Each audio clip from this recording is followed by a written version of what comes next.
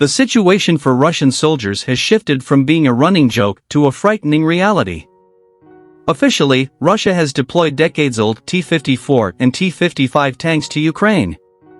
This raises questions about the state of the Russian military. Where have their modern tanks gone, and why can't such a large country simply build new ones?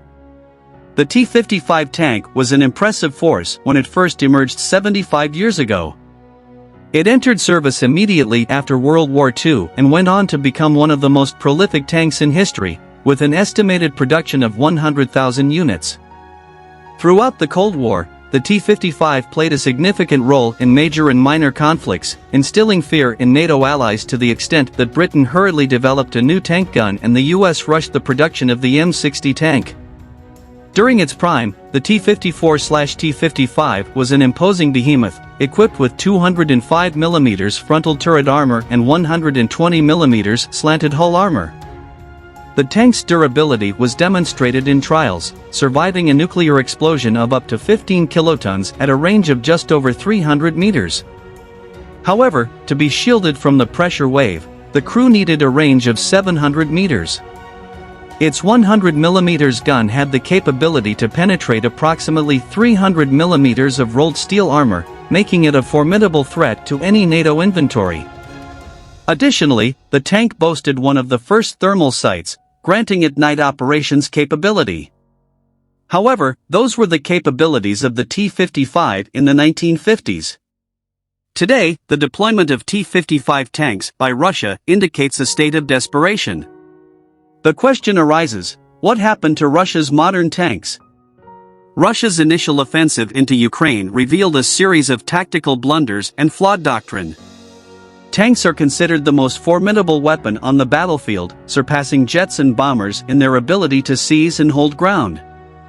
Tanks possess cannons that can demolish small buildings, and their advanced composite armor incorporates various materials to counter even the most potent projectiles. Furthermore, tanks can crush obstacles under their massive treads, with modern main battle tanks weighing around 60 tons. However, the effectiveness of tanks diminishes significantly without proper support, as Russia has failed to acknowledge in multiple major conflicts. Despite the impressive capabilities of tanks, they possess notable vulnerabilities that Russia's adversaries have exploited to devastating effect. During the First Chechen War, Russia deployed its substantial arsenal of tanks and armored vehicles with the intention of crushing the Chechen resistance. Initially, facing a smaller force without tanks of their own, the outcome seemed predetermined. However, the Chechen rebels possessed RPGs, anti-tank missiles, IEDs, and tank mines, along with a well-crafted doctrine that exploited Russia's primary vulnerability. Russian warfighting doctrine dictates that tanks lead the way, while infantry fighting vehicles provide close support. However, when the infantry remains inside the armored vehicles, they are unable to fulfill their role effectively. It becomes challenging to provide adequate support when scanning for threats through a narrow armored slit. During the invasion of Chechnya, the Russian forces encountered a predicament. The Chechen rebels refused to engage in a conventional battle, opting instead to hide within cities and mount a robust urban resistance. Exploiting the dense urban terrain and verticality, the rebels could ambush from various windows, posing an imminent threat. The Russians concluded that the best approach to protect their infantry was to keep them inside the armored vehicles. Unfortunately, the Chechens anticipated this strategy and used it to their advantage. Rebel forces utilized the verticality of urban terrain to gain an advantageous position above the tanks, which offered them two key benefits. Firstly, being positioned above the tanks allowed them to employ weapons that would typically have limited impact on the heavily armored front, side, or rear of the tanks. Tanks, due to their design constraints, have to make trade-offs in armor protection, with the front armor being the strongest since it is the most likely direction of incoming fire. Side and rear armor, while robust, are comparatively thinner to reduce weight. Consequently, the roof of the tank features thin armor, often only a few dozen millimeters thick.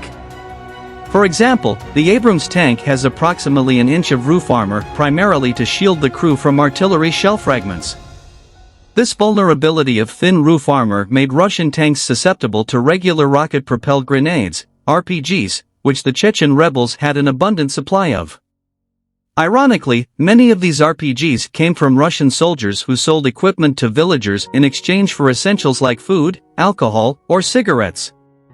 These villagers would then sell the RPGs back to the rebels or collaborate with them. With a significant number of these simple and inexpensive weapons available and the Chechens utilizing the vertical advantage of urban terrain, Russian armor quickly became endangered. Another weakness exploited by the Chechens was the limited elevation range of Russian tank main guns. The M1 Abrams, for instance, has an elevation range of +20 to -10 degrees, providing substantial vertical reach. In contrast, the T-72 has an elevation range of only +14 to -6 degrees, and the T-80 slightly improves with +18 to -4 degrees. This poor range on Russian tanks rendered them unable to effectively respond to enemy threats from windows and rooftops above their position. Russian tankers helplessly watched as their comrades were destroyed from above.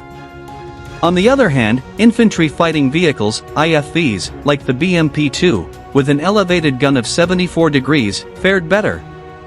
The BMP-2 was specifically designed to engage and deter enemy attack helicopters, offering superior vertical reach. However, gunners had to contend with the challenging task of identifying and neutralizing threats through a small armored slit, making it extremely difficult in close quarters, chaotic, urban environments. The Chechens further exploited the vulnerability of tank floor armor by utilizing improvised explosive devices, IEDs, and anti-tank mines. They would often hide in holes or sewers that tanks would roll over, emerging to attach mines resembling limpet anti-ship mines or simply throwing IEDs and seeking cover. The thin floor armor provided little to no protection for the crew, resulting in not only disabling the vehicle but also endangering the lives of the crew members. To counter these threats, most modern militaries rely on infantry support. In a combined arms military, infantry often serves as the protective companion for friendly armor, but Western powers dismount their infantry to enhance their ability to detect and neutralize threats using their senses. In contrast, Russian doctrine forces infantry to remain inside their protected armored vehicles, limiting their ability to effectively engage threats while peering through a narrow slit. During the invasion of Ukraine, Russian armored deployments revealed a significant oversight. Groups of Russian tanks operated independently without any accompanying armored vehicles or dismounted infantry. The Ukrainians quickly capitalized on this critical mistake, launching ambushes that inflicted severe damage on the mighty Russian armor, utilizing weapons such as Stugna and Western anti-tank systems. In many instances, Russian armor panicked, exacerbating their losses. Notably, Russian infantry was conspicuously absent throughout these engagements. Russian doctrine remained unchanged since the Chechen conflicts, and their troops remained poorly trained. Instances where infantry was present often saw failures in effectively screening the flanks for armored forces, leading to chaos caused by ambushes and a visible breakdown of command and discipline. Each vehicle and infantry unit operated independently, and infantry units caught in ambushes rushed to find cover near or behind armored vehicles. Disturbing accounts have emerged of Russians being crushed to death by their own vehicles. Russian troops lacked proper training in flank screening and responding to ambushes. Responding to an ambush is a fundamental skill taught in Western infantry schools, where soldiers are rallied to push through the ambush and escape the kill zone as quickly as possible. This disrupts the enemy's plans, denying them the advantage of planned overlapping fields of fire and other surprises awaiting forces trapped in the kill zone. 1 year after invading Ukraine, Russia had lost an estimated 1,600 out of the 2,500 tanks deployed. Approximately 850 tanks were recovered, repaired, or newly built by February. However, by May, Russia suffered its biggest tank battle loss of the war, with 120 armored vehicle casualties in addition to other casualties along the Eastern Front. The true number of tanks lost out of the estimated 2,500 remains uncertain, but the losses prompted Russia to bring literal antiques out of storage, including tanks from museums, to bolster its forces on the front lines. Russia's tank capabilities are dwindling each month, presenting a challenge not only for Ukraine but also offset by the growing deployment of Western tanks. However, Russia faces a critical problem in replenishing its losses, while Ukraine can rely on support from its Western allies. The exact number of tanks Russia can produce annually remains unknown, except to a few individuals within the Russian government. According to Russian sources, one of its largest armor plants can produce 20 tanks per month, while other sources indicate it refurbishes 8 tanks per month. This ambiguity raises questions about whether the plant produces a total of 20 tanks or if it includes 12 new tanks and 8 refurbished ones from deep storage.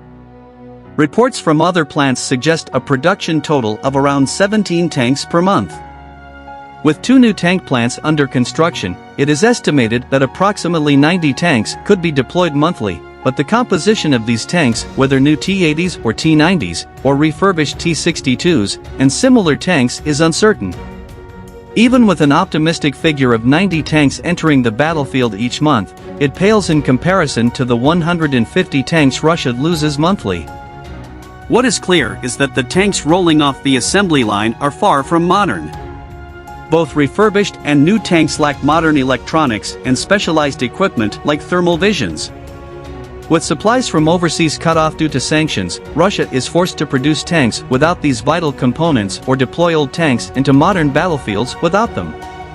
Consequently, basic gunners' sights are being used, reducing the cannon's range by an estimated 2 kilometers, a significant drawback as German Leopards and American Abrams tanks begin appearing on Ukrainian battlefields. Even against modern Russian tanks, Western armor holds a distinct advantage in range and precision. Russia's only hope now is to engage in close-quarters combat, where their tanks can be more accurate.